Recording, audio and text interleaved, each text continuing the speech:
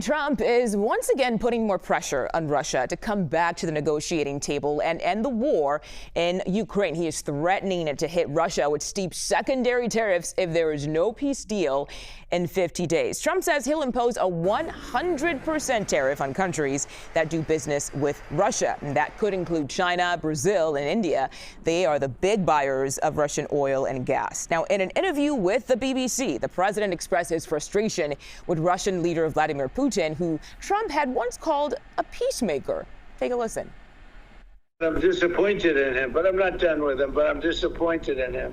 So we had a deal done 4 times, and then you go home and you see he just attacked a nursing home or something in Kiev. I said, what the hell was that all about?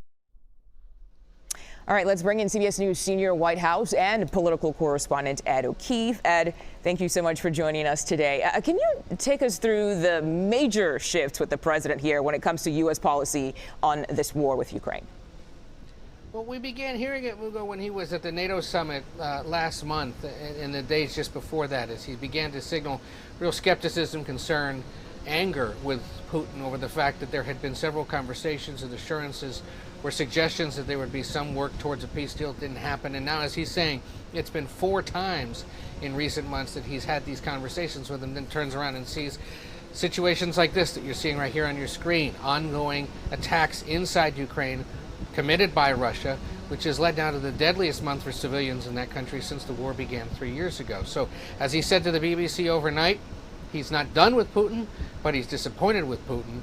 And that's why he's speaking out now much more publicly and preparing to take both economic and military actions to call out that anger and pressure Putin to make a deal. And I understand that you have some breaking news on a trade deal announced by the president. What have you learned? Well, all we have is a Truth Social statement saying that he's got a trade deal with Indonesia. What you're seeing there is all we've got, at least so far. This is one he's wanted.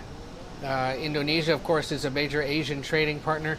Indonesia was also one of the first countries he'd been in touch with when this tariff fight began. They were playing hard to get, in essence. They would not commit to a deal. He went on, the leader of Indonesia, to meet with Russian President Putin on a previously scheduled trip to that country, which signaled to the United States that it was perhaps not yet ready to commit or was not yet ready to get that close economically with the United States. He then went, the leader of Indonesia, to that BRICS summit was hosted by Brazil last week that the president was so concerned about, and became an official member of that group, which is sort of an economic coalition for countries in the global south or emerging markets outside the G7. For the president now to claim, at least, that there is a trade deal, we'll wait and see what it's about, but obviously that would be a big one alongside the impending deals with India, Japan, South Korea, and of course the only one signed so far with the United Kingdom. Yeah, we'll see if we learn more about that later on in the day. The president, we know, is heading to Pennsylvania today for an energy and innovation event. Can you give us a preview of what we can expect there?